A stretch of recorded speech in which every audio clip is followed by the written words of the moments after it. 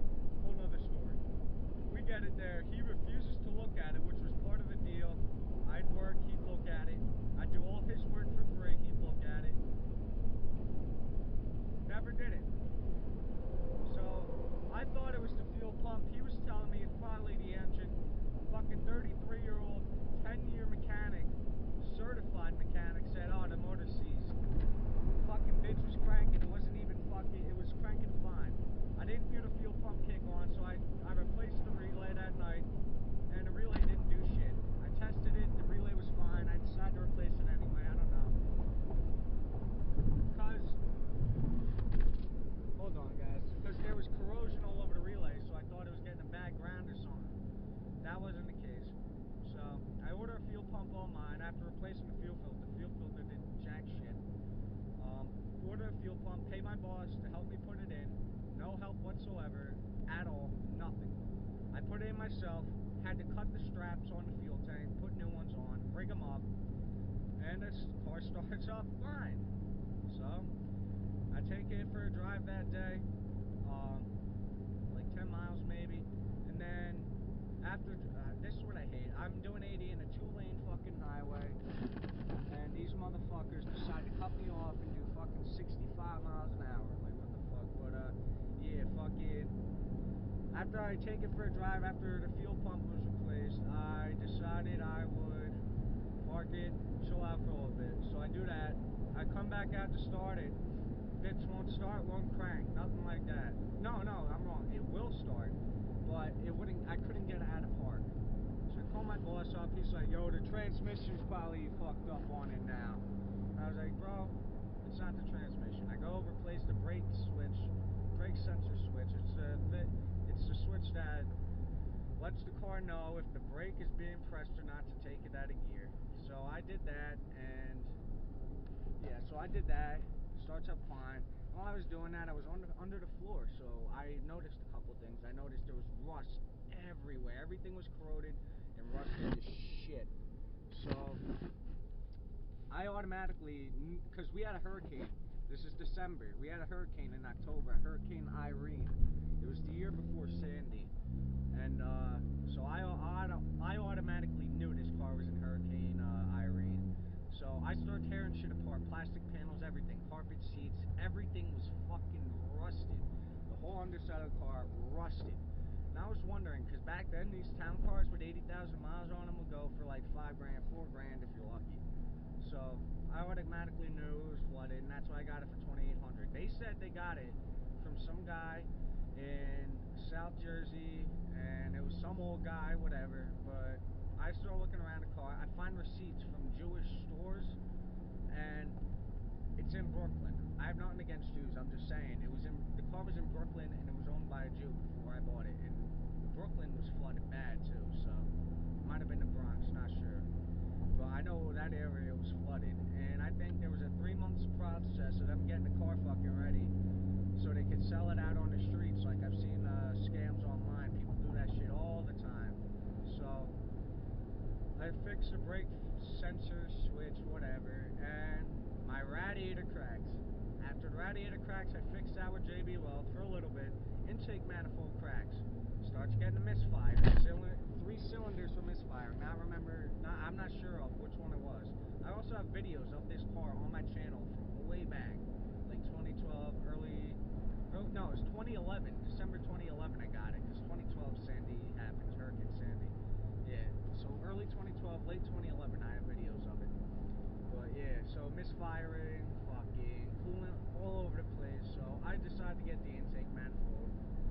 And get this, I've owned the car, I put 150 miles on it when I owned it.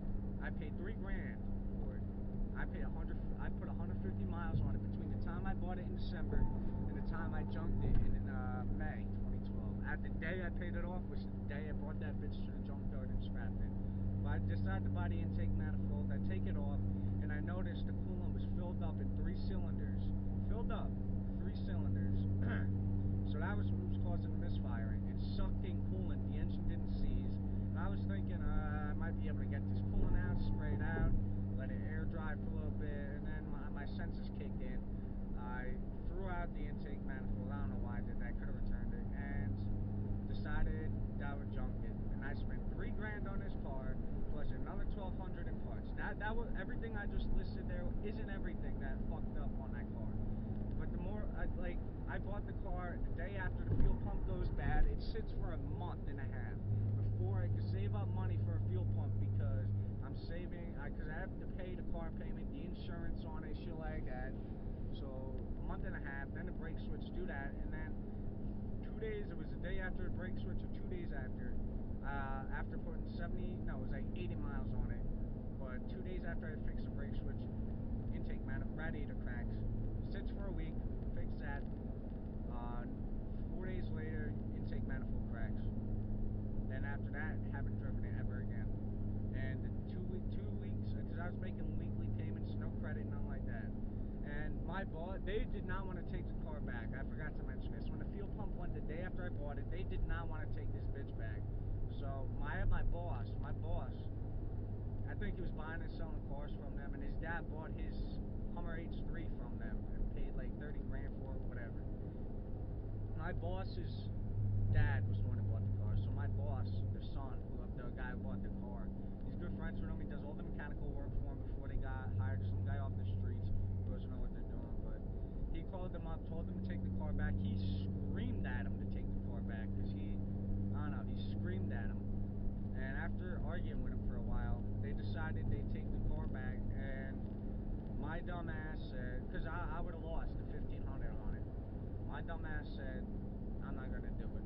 No, they were willing to give me $500 back, so I would have lost $1,000 for 2 days. Fuck that. But, and my boss would have sold me the 2003 Chevy Malibu for, I think, $1,000. It had 123K on it, V6. It was real nice. But then I didn't do it. I was dead set on owning a town car, swapping the heads to the Mustang heads, making it a Marauder, basically, a straight sleeper. But that didn't work out. So that's the story of my town car. Then after that, my uncle gave me his 2000 Mazda 626. No, he sold it to me, $700. No, $400. The dealer was going to give him $7 for it, and I decided I'd give him $4. He thought Danzo was fucked on it. It was just a tune-up and needed, but that's another story too. But that's my story time. I hope you guys enjoyed. I'm going to try and do this once a week on Tuesdays. I'm going to try and make it Friday, so probably won't be another one for a week and a half now. I want to make these videos one clip. It's real easy to edit because my videos are taking way too fucking long to edit for all the dislikes I'm getting because of these jealous fucking 12-year-old kids. Yeah, I'm talking about you. I had some new subscribers that were literally subbed to me to dislike my videos. I blocked them, both of them, and I haven't had one dislike video since, so I hope that fixes it. But if I'm editing a video for 5 hours on my one day off a week, I don't want to get dislikes from jealous 12-year-old kids who act like they know what they're talking about when they don't know shit. So, hope you guys enjoyed this video. Remember to comment, rate, subscribe, follow me on Instagram at Liam's Lexus Build.